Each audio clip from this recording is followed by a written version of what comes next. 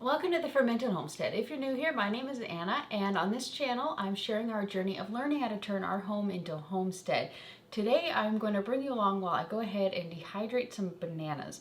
I'm going to do it a few different ways. I'm just going to kind of run through all of these bananas that I have, and when I run out of bananas, we're going to be done making whatever different types we have. So, the first thing I'm going to do is the simplest way, and the way that I typically like to do the dehydrating bananas, and that's just cutting them up and putting them in the dehydrator. I don't put anything in there. I don't dip it in anything. I don't do any kind of lemon juice or anything like that normally. So we're just gonna do, I don't know, a tray or two of those, and we'll kind of see where we get from there, shall we?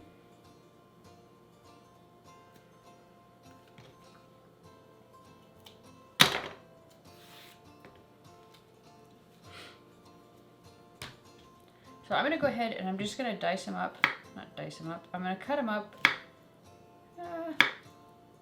maybe 1/4 of an inch, I'm guessing.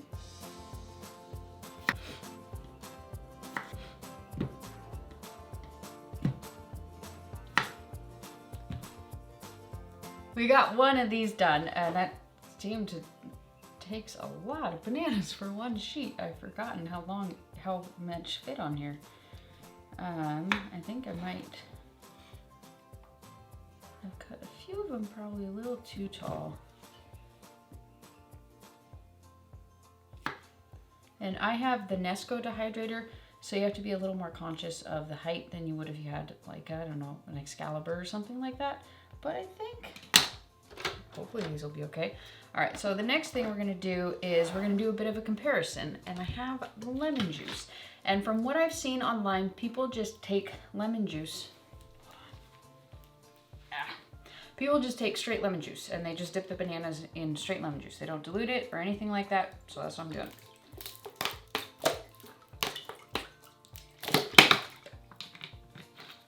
And to my understanding of this is that it does not preserve it better when dipping in the lemon juice. It just makes it more physically attractive.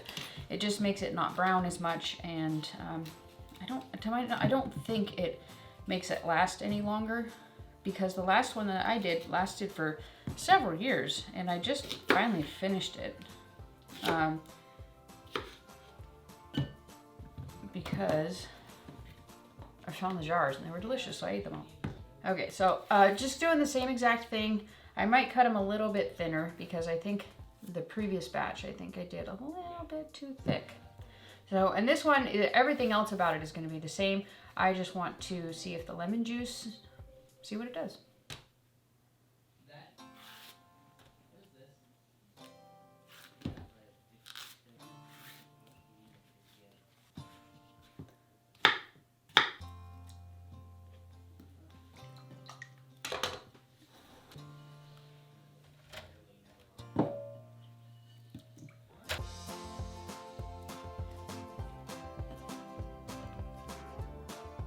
So the third thing that we're gonna do with this last batch of bananas is we're gonna go ahead and we're gonna make some fruit leather with it. I've never really made much fruit leather, so this is gonna be kind of an interesting experience for me. I just wanna learn how to do it, so I'm gonna.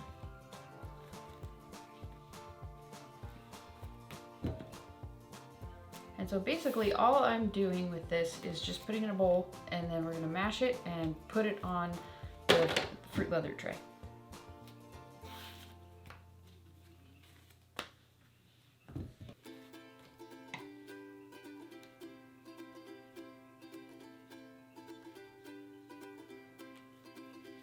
Okay, that's all I'm gonna do with it.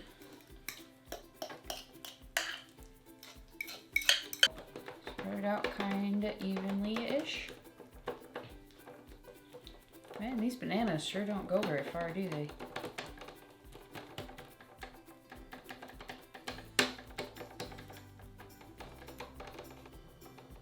Okay, so I think we're all done with this part of it. You can definitely see, I mean, 3 big bunches of bananas got us 3 trays of dehydrating bananas.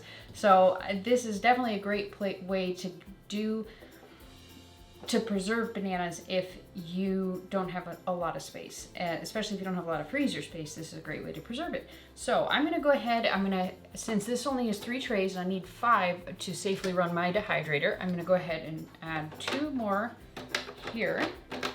And then I'm gonna put it on, it was saying anywhere from like 6 to 12 hours is kind of the average. So I'm gonna go ahead, I'm going to sleep, and I want to make sure that this doesn't get burnt and it doesn't get too overcooked. So I'm going to cook it at a little bit lower than I would normally. Not cook it, dehydrate it. Normally you're going to put it at 135, which is the fruit's temperature for my dehydrator. I'm probably going to do it at about like 115, just to make extra sure that I'm not going to burn this overnight. So I'm going to, like I said, I'm going to put it 115, and we'll check it in the morning and see how everything turned out. So we'll see then. So it's tomorrow, and these have been dehydrating for about 19, 20 hours, something like that. And now I think they're pretty much done. I would definitely suggest, there's a big difference between, you can see these ones here are the ones that I did not use lemon juice on, and I cut them thicker than these ones that I use lemon juice on, and I cut them thinner. I would definitely, if you care what they look like, which I really don't, you're gonna wanna dip them in the lemon juice because it definitely makes them less brown. But you also wanna make sure, I would recommend cutting them a little bit thinner, maybe just a little bit thinner than 1/4 of an inch, because you can see these ones kind of got all bunched up. I don't know if you can see it. Okay, so you can see it. But these ones didn't really. So, and then the fruit leather, I don't really know. We're gonna find out. So these ones, I'm just gonna go ahead and take them off the tray. They're starting to cool, but I'm not gonna close them up in the jar until they're fully cool. I'm just taking them off here so I can kind of show you guys what I'm doing with them.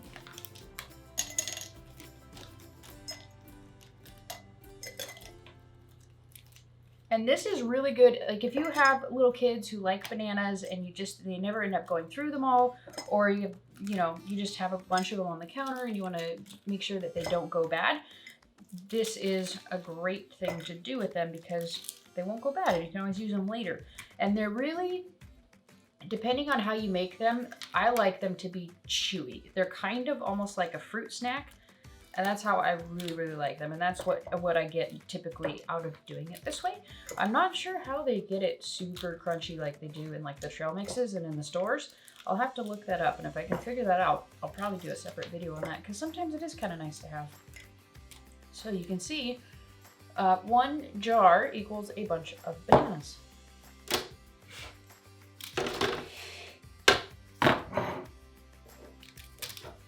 And they're really sticky. They're not just gonna pop right off. They're really good.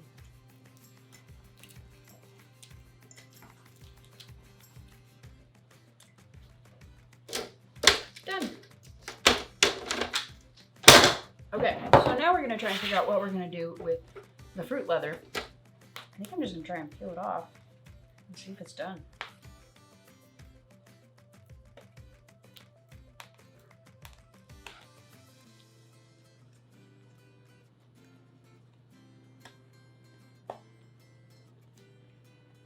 That is sticky.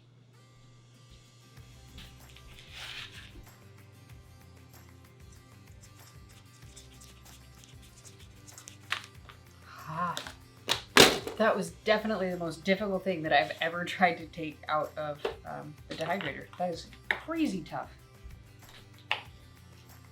So I'm just gonna go ahead and give it a try. A couple of these.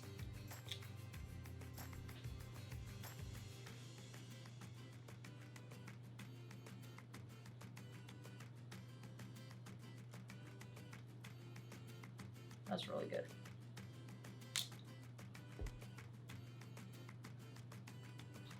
That is incredibly delicious. So there you have it. That's all there is to it. 3 different ways that you can preserve the bananas, and 2 of them just kind of comparing the 2. So I would definitely say if you care about what the bananas look like or anything like that, go ahead and coat them in some lemon juice or some lime juice. Really easy, really simple.